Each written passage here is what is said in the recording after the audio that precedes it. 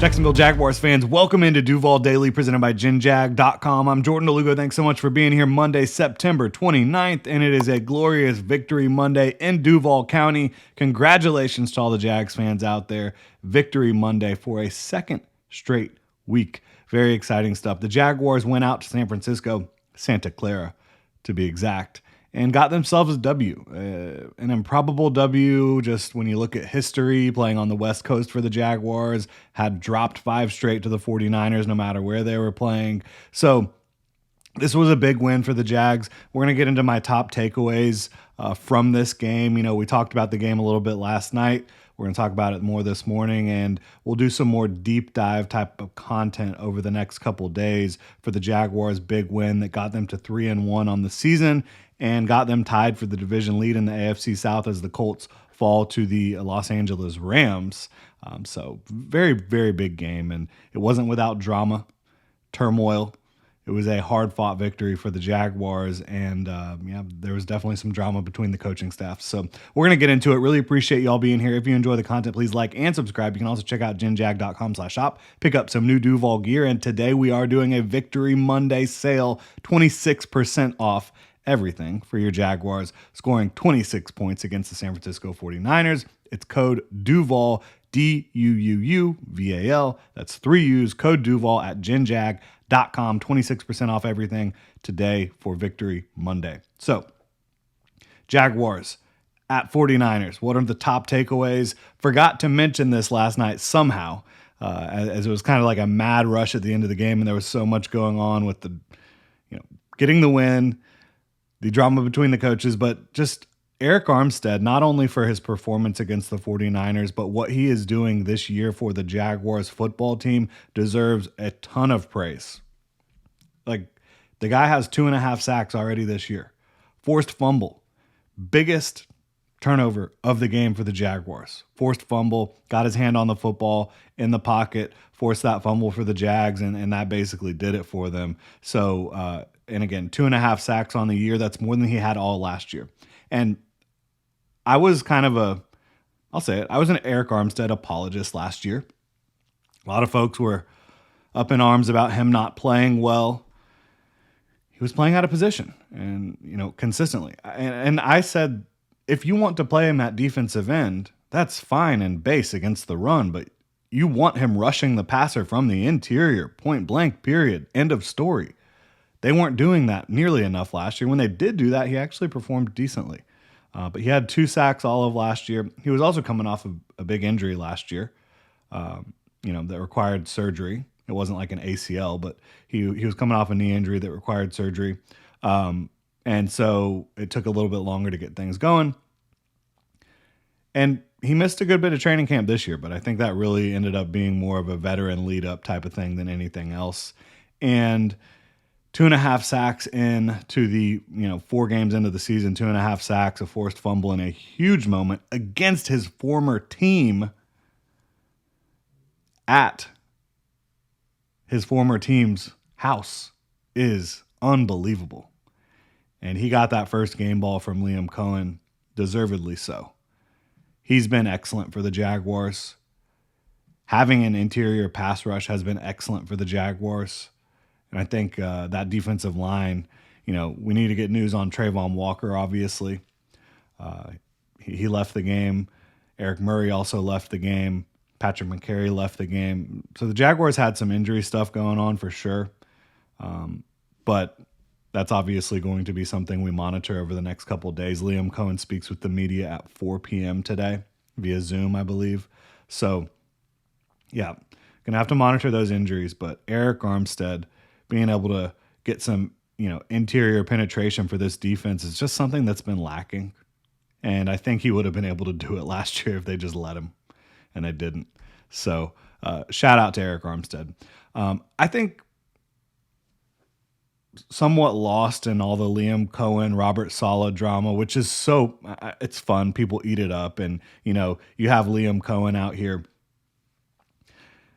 saying, keep my name out your expletive mouth, right? And then Robert Saleh is like saying, I'll end you, and weird things. I think Liam Cohen was completely justified. He handled it very professionally in front of the media. After the game, I think all of his emotions kind of got to him, and he would probably say he wishes that didn't happen, but it did happen. And I think that all of Jacksonville, all of Duval County, all the Jags fans that love the black and teal and bleed teal love that, because it I don't know, if it kind of, that underdog mentality, that like never back down mentality, it represents the city pretty well. Jacksonville never gets the respect it deserves, like the football team or the city. And yes, there's issues with both, but that never back down, that like, keep my name out of your mouth. That's Jacksonville. So that was just a big moment, I think, for Liam Cohen's kind of story in Jacksonville, his character in Jacksonville. And I loved it personally because, again, you have Robert Saleh saying basically that they steal signs. Not basically, that's what he said. They steal signs. Said it repeatedly over and over. You had Kyle Shanahan not backing down from that on Friday.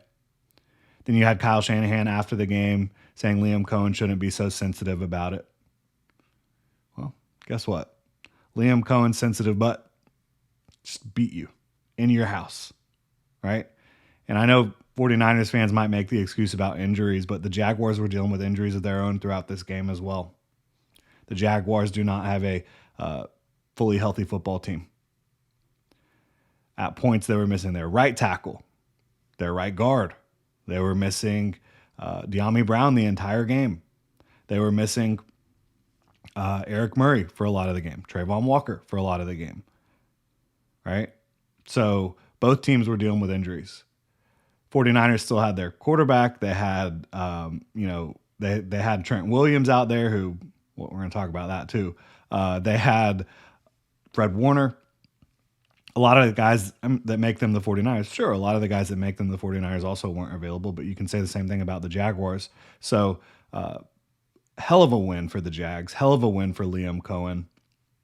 And what he's doing on the offensive side of the ball, especially his run game, which, look, he did it last year with the Bucs. He took one of the worst run games in football and made it one of the best, and that's exactly what he's done so far in Jacksonville. He's taken the Jaguars, which have had a horrible run game the last 2 years, and made them one of the best rushing teams in football right now. Maybe the best. And it's not easy to run on the 49ers. And like, even without Bosa, who is a good run defender, they've got a lot of good run defenders. Michael Williams, that's his calling card. Fred Warner, D. Winters, not a lot of folks know about him, but he's been playing really good ball for them as well. So kudos to Liam Cohen getting the running game going. The passing game has highs and lows. The operation, pre-snap, I think like Trevor's reading things well and they're understanding what's happening in front of them, but just like timing of shifts and motions and things of that nature, it's still a work in progress, right, in a big way. And the passing game as a whole is still a work in progress, but I think you can say that for everything right now. But the running game has been a standout for the Jaguars. And so, like, it's crazy how well the Jaguars are doing running the ball. And the Jags, as history has gone for the Jaguars, running the ball is generally the way that they're going to be as good as they can be. Just when you look throughout the team's history, they've had to run the ball. They've had to be a really good running team. And being a really good running team helps everything out. It helps your defense. It helps you stay on the field. It helps you get chunk plays when you're running the ball the way the Jaguars are running the ball, right? It helps you win ball games. And the Jags right now are averaging 5 yards per carry on the ground. That they were under 4 last year. I mean, they're doing a good job, and that's a lot of fun, and it's helping things out. And I give Liam Cohen all the credit in the world, and not just him. Obviously, Grant Udinski, offensive coordinator, your offensive line coach, is doing a good job with these guys. You're getting push in the run game. You're getting pushed in the run game. And whether it be on, some of the gap scheme things they do or more of that mid zone that's their bread and butter, you get horizontal movement, you get vertical movement. It's not perfect, but it's been really good. My next kind of thought here is, how do you not pay at least one of Devin Lloyd or Travis Etienne? I don't know that you do both. Like, look at the Jaguars' salary cap situation moving forward into 2026. Both of these guys are going to be unrestricted free agents. And they've been electric for the Jaguars. Absolutely electric. The Jags currently are slated to have $19 million in cap space next year. They can certainly clear more of that depending on some of the different moves they could potentially make. I think that they will certainly make some cap altering moves. I don't know how you don't keep one of them. And for me, as much as I've always been a big fan of Travis Etienne, I think Devin Lloyd's impact might be greater because you have Bashal Tutin waiting in the wings. You always have the ability to draft mid-round running backs that can contribute at a high level, especially behind an offensive line playing the way the Jaguars' offensive line is playing. But it just seems like you got to see one of these guys wearing teal next year. Devin Lloyd's ability to impact the game as a pass rusher, and I'm not saying like straight up edge rusher, but a blitzer, as a coverage player, as a run defender, been amazing. And then Travis Etienne, he's on pace for almost 1,700 rushing yards. Incredible stuff for him. He scored a touchdown in 3 straight games. I know that where James Gladstone comes from, the Rams, they haven't really valued the off-ball linebacker position in terms of paying it. They did just pay at running back. They paid Kyron. I just think one of these guys, at least one of them. I wouldn't be mad if they try to keep both. They're both going to be entering their prime. They're actually good draft picks that the team made. They've been so impressive. Either way, they need to have some discussions about how to keep this group together. I think it's now time, at 3-1, having gone on the road, beating the 49ers in their house. Really, the Jaguars should be 4-0 for all intents and purposes, and they're not playing anywhere close to their best football. I think it's time to put some respect on the Jags nationally. I think it's time to take them a little bit more seriously. We did the review of the power rankings last week, and everybody had them like 16 to 18, I think 20 at the lowest. That should not be the case heading into week 5 with the Jaguars having a home Monday Night Football matchup against the Chiefs. That's going to be electric. It's going to be absolutely electric. Can't wait for that. But they should not be in the mid-teens anymore nationally when you look at these power rankings this week, and that'll be fun to look at. I've had them higher than 16. I had them around 14 or 15 going into last week, I believe, and that was just because I wanted to see it against a good team on the road. I didn't think that the Jaguars had played a good team yet. Texans, Bengals, Panthers. The 49ers, even with their injuries, are still a good team. They're well coached on both sides, and they still have talent. So, time to put some respect on the Jags, for sure. Anthony Campanile, his message from a turnover standpoint, attacking the ball, his teaching, his coaching, all his assistants, those messages are coming through loud and clear. Even when the Jaguars aren't forcing turnovers, you can see them trying to punch the ball out. You can see them trying to attack the football, and that is really cool. Almost every single play, you see somebody trying to punch the ball out or rip the ball out or like land a really hard hit, legal hard hit. That's pretty cool. And the Jaguars have They've forced 13 turnovers. 13 turnovers. They lead the NFL in turnovers. The Steelers have 10. That's the next closest team. They lead the NFL in turnover differential. They're +9. They have 9 interceptions, 4 fumble recoveries. Pretty crazy. I mean, who would have thought? But shout out to Anthony Campanile and that staff and all the players really buying into the message they're sending. Could not be going better in that regard. The Jags have not been perfect, even on defense when they're forcing all these turnovers, and offense they're running the ball like crazy. They have not been perfect, and they don't have to be perfect anymore to beat good teams. Trevor Lawrence doesn't have to throw a perfect game. You don't have to, have 0 turnovers and all these things, right? Like the Jaguars can play some sloppy football and take punches and bounce back up and kind of fight their way through a tough game. You just haven't seen that a lot in Jacksonville for a long time.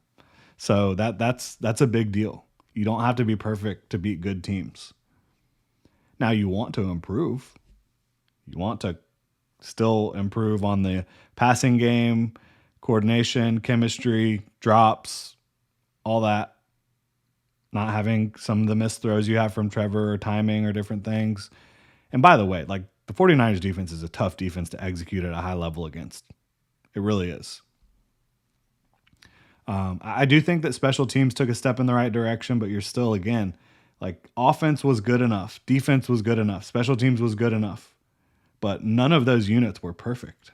So that's pretty cool, I think. And it's cool to see Josh Hines-Allen doing his thing against Trent Williams. I know Trent Williams is 37, but he's still one of the best tackles in the league. And Josh Hines-Allen, there was reps where Trent Williams just couldn't compete with him. And yeah, I know Josh did not have a sack in this game, but he was consistently disruptive.